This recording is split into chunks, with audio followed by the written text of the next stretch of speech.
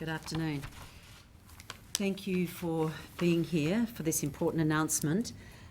The Minister for Justice and I announce that the Coalition Government will introduce tough new laws which will prevent registered child sex offenders from travelling overseas.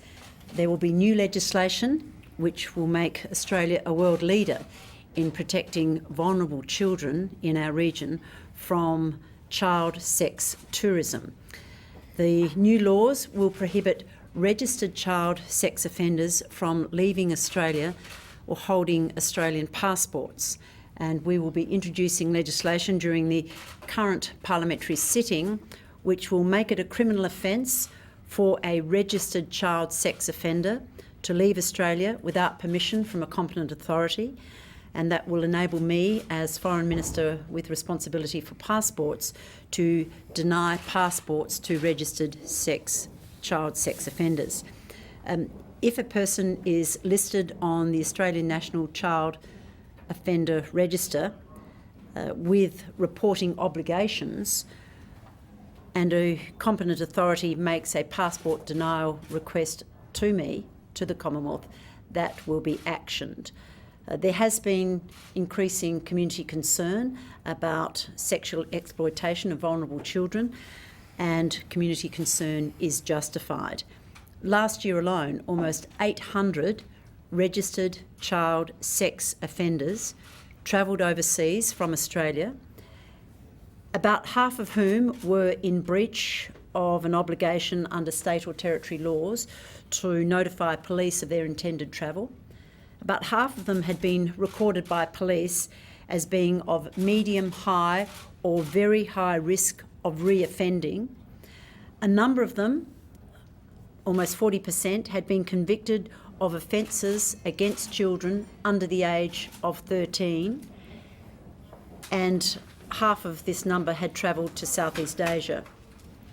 So, pursuant to these new laws, on advice and notification from a competent authority, that is a state or territory law enforcement agency, I will be in a position to cancel, deny or refuse to issue a passport. If the offenders are overseas, when their passports are cancelled, I will be able to issue them with a limited validity alternative travel document so that they can return to Australia. I'll hand over to Michael Keenan to go into more detail about it, but this is a world first. Australia is leading the way when it comes to protecting vulnerable children overseas from the actions of paedophilia, and we are ensuring that Australian registered child sex offenders are not able to take part in the growing child sex tourism trade. Well, thank you, Julie. As the Foreign Minister said, this is the strongest crackdown on child sex tourism ever. No country has ever taken such decisive and strong action to stop its citizens from going overseas, often to vulnerable countries, to abuse kids. So this is absolutely a world first. We know that we'll be denying passports to around the 20,000 people who currently have reporting obligations under the ANCOR. For those, and about 2,500 people will be added extra year and will be added every year, and we will continue to deny them passports whilst they have those reporting obligations. Now, as the Foreign Minister said, we know that of the 20,000 people on that register, 2 per day travel overseas, and many of them do so in breach of their legal requirement to notify authorities when they do so.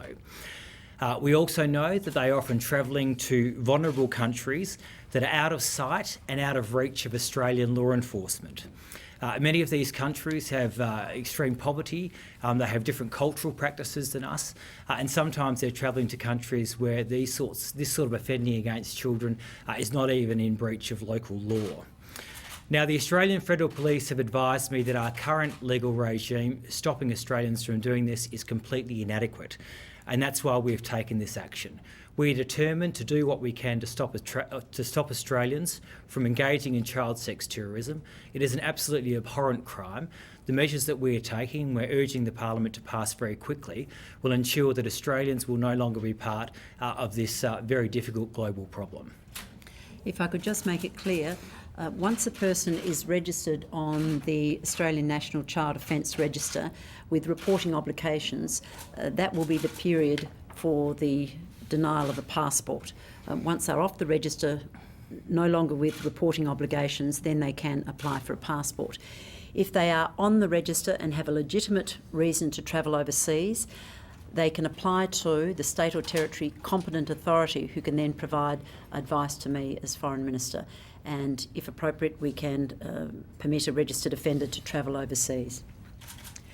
There is also a category of child sex offender, those who are on the National Register for life. They are registered for life, they have lifetime reporting requirements, and in aligning our passport legislation with that, they would be denied a passport for life. There are about 3,200 lifetime registered child sex offenders in Australia. Any questions? Do you foresee an issue getting this through the Senate? Have you spoken to the Labor Party? We have certainly been in discussion with Senator Hinch. We made the announcement last November that we would be looking to develop a plan that will require state and territory cooperation, and we have kept Senator Hinch informed of our progress in this regard. But we made an announcement last year that we would be preparing legislation to address this issue of registered child sex offenders going overseas, often in violation of their reporting obligations to Australian authorities, to carry out child sex tourism or offences against underage children. And so we look forward to receiving support across the Parliament to address what is a very serious issue, sexual exploitation of vulnerable children overseas, and we would expect widespread support. On another note, what's your reaction to the new recording of Pauline Hanson discussing the plane donation? Can we just finish with the questions about this before we go into something about Pauline Hanson and plane donations? Does this require any support from states or territories, or is it solely the Commonwealth's jurisdiction, and how soon do you anticipate having it running? I'll let Michael answer in relation to negotiations with the state or territories. The state and territories maintain their own child sex offender registers. That information is then provided to the Australian National Child Offence Register, and the reporting obligations likewise. When the information is recorded on the Australian National Child Offence Register, then that will be a passport denial request, and the Australian Government, the Passport Office, and I as Minister will take action to cancel a passport, deny a passport, or seek the surrender of a passport. Yes, so look, it will require cooperation from the states and territories, but we have been in discussion about them, and we want this to be part of a national approach where we do all that we can to crack down on offending against children, and the states and territories are very supportive of that. I raised this issue in general terms with my state police minister counterparts when we met in Melbourne 2 weeks ago. They generally were supportive, although I didn't go into the specifics of the proposal. I'll be talking to all of my fellow police ministers this afternoon, and I would expect broad cooperation from the states and territories, because they, like us, are very keen to make sure that Australians are not going overseas and offending against vulnerable children. Can I just add this? There is currently no legal authority to cancel or refuse to issue a passport solely on the basis that a person has been convicted of a child sex offence or is on the national or even a state or territory register for child sex offences. Child sex offenders can be denied a passport while they're on parole or as part of bail conditions, but not once they have been convicted, served their time and are in the community, but subject to reporting obligations.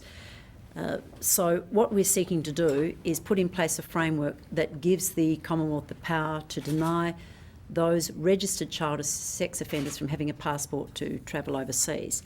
In the past, there have been, since about 2011, there have been 63 requests to deny passports to child sex offenders, but 57 of them were based on parole conditions, and that's already a mandatory power under the Passports Act. You can deny passports on the basis of bail or arrest warrants or bankruptcy or parole.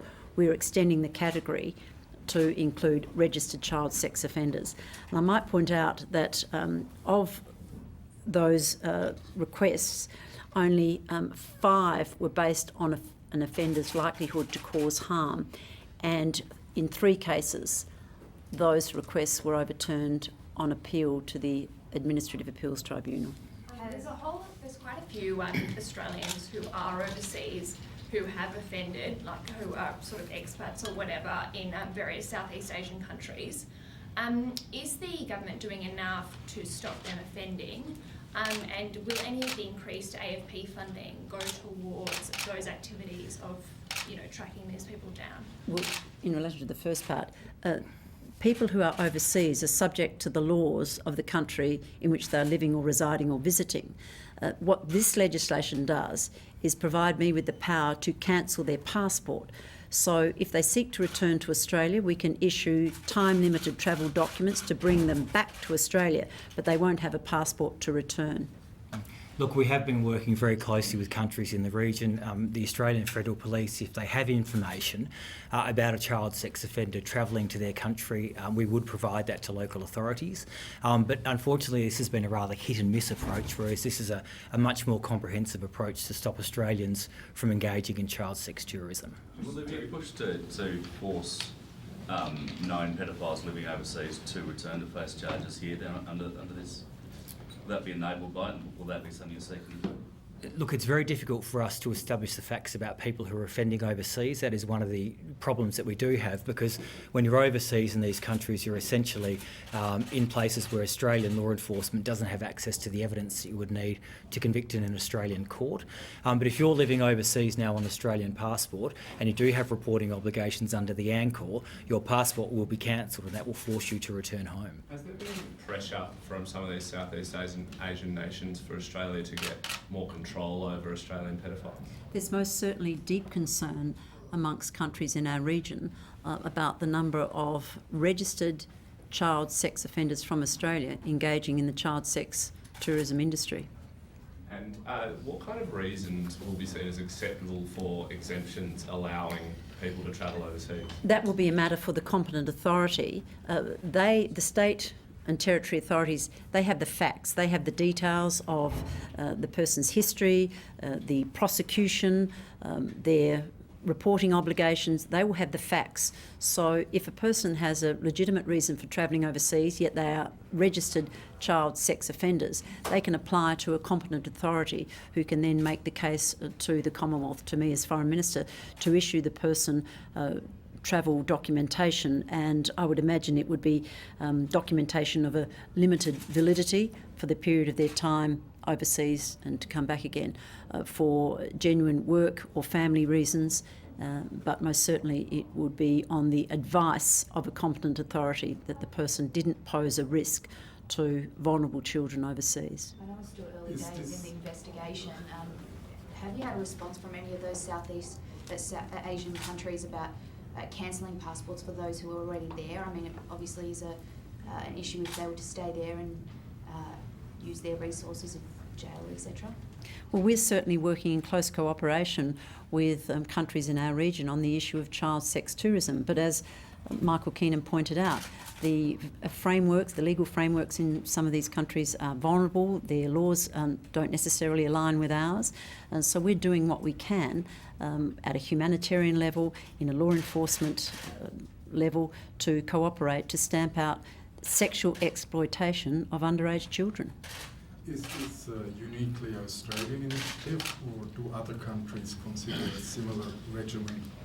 As far as we are aware, this is a world first, where the circumstances in Australia are different in that we have state and territory child sex offender registers and a national child sex offender register. So we are aligning the denial of a passport with their reporting requirements in the period that they remain on that register. There are currently about 20,000 people on that register. 2,500 new registrants are listed each year, but a number come off when their reporting requirements are concluded. And so there are about 3,200 who are lifetime registered child sex offenders, and about 6,200 are people who are on between, say, 5 to 8 years. So there will be a turnover of people going onto the register and coming off the register. Can I ask about a different matter about the Philippines? Oh, just for a start, can we finish this? Has the government already started to encouraging other countries to maybe start something similar, or will the government do that in the future? Well, we've just made this announcement. It went through Cabinet a couple of weeks ago. It was discussed by Cabinet a couple of weeks ago, endorsed by Cabinet a week ago, and then we took it to the party room this morning. The legislation will obviously be introduced into the Parliament. We're hoping that it will pass quickly because we want to begin denying passports as soon as we can and progressively over a period of time to ensure that all those who pose a risk to vulnerable children overseas are denied the opportunity to do so through the denial of a passport. What do states and territories actually need to do?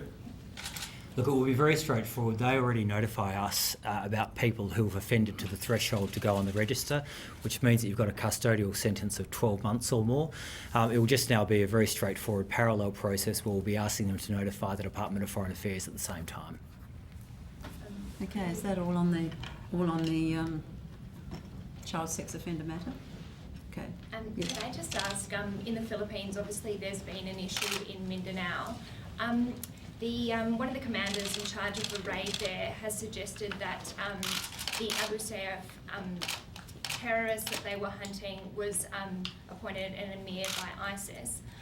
What is the government? Has the government been in touch with the Philippines on the matter, and are they concerned about the ongoing issue there, that kind of thing?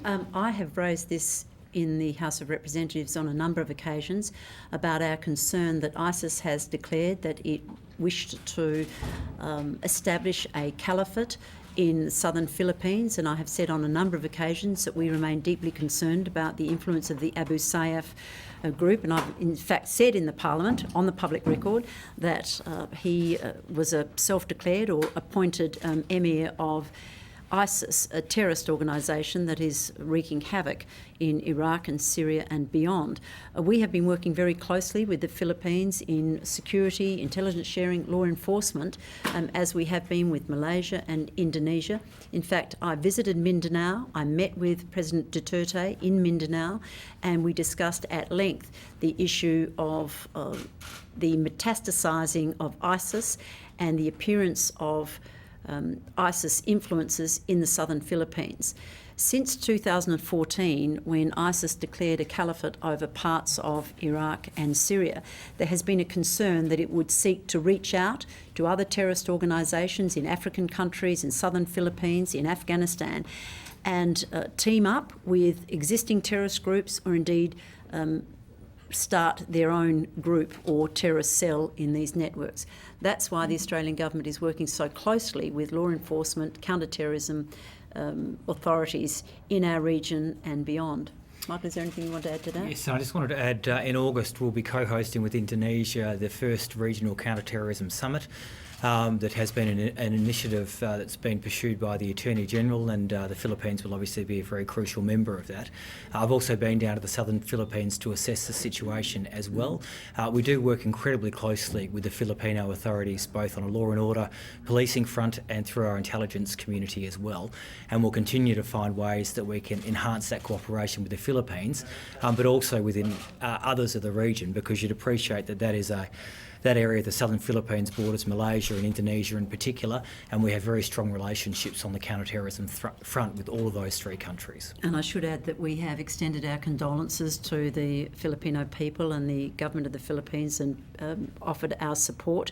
The Islamist terrorists have indiscriminately killed innocent people and have engaged in terrorist attacks in southern Philippines, and we will continue to work as closely as we can with the Philippines government to stamp out terrorism. Bishop, do you agree with John McCain's assessment that Vladimir Putin is a bigger threat than ISIS? I think you need to put it in the context of his comment, and he indeed addressed our party room this morning, and he was asked that question.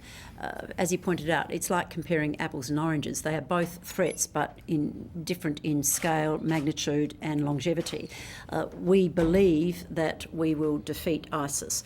We are working very closely with the Iraqi government to support the Iraqi security forces taking back Mosul, which was part of the caliphate, so-called, declared by ISIS back in 2014. That's why we're taking part in airstrikes over Syria, to destroy this terrorist organisation at its base, and why we're working with countries throughout our region, why we're focusing on returning foreign terrorist fighters. So the ISIS threat is present, it is dangerous, and we're addressing it. His comments in relation to Russia were about the long-term ambitions of President Putin to restore the Soviet Union or some kind of Russian empire and undermine the international rules-based order that has existed for the last 70 years. So it's a very different kind of threat, and he made that quite clear to us today.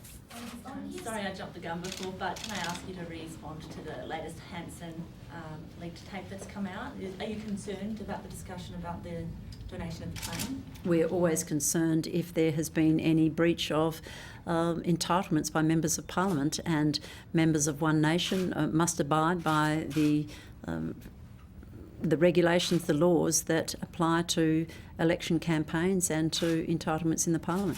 Can I just ask a very quick follow-up question on the Philippines? I know you've been talking for a couple of months about the danger of a caliphate there and pointing to that, but can I just ask, how concerned are you about the violent surge in the last little while? Are you thinking about increasing measures that Australia sort of assists the Philippines with, perhaps additional advisory sort of support? We're deeply concerned about this because it's all part of the focus that we've had in recent years about returning foreign terrorist fighters, whether they are to Australia or Indonesia or Malaysia or the Philippines. And of course, any upsurge in violence between Islamist extremists and terrorists in a country so close to Australia is of course of deep concern.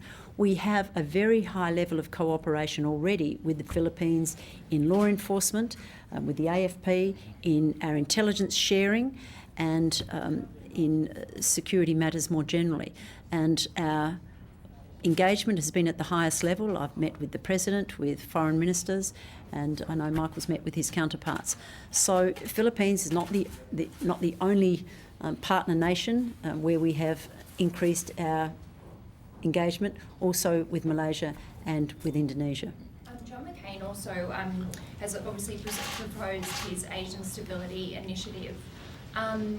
In your discussions with him, were you able to get any more detail about what that would mean for Australia, particularly in terms of troops in Northern Australia or those sort of things? Were you able to get any more detail on what that would mean for Australia?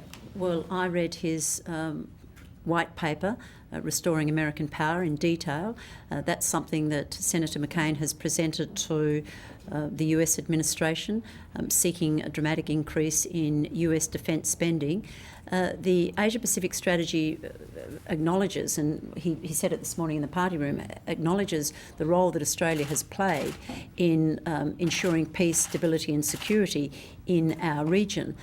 Indeed, Minister Keenan will be in the Solomon Islands shortly in relation to the Ramsay initiative, of which Australia was a major part, which is all about a regional effort to bring peace and stability to the Pacific. So we didn't go into details, but we spoke very generally about it.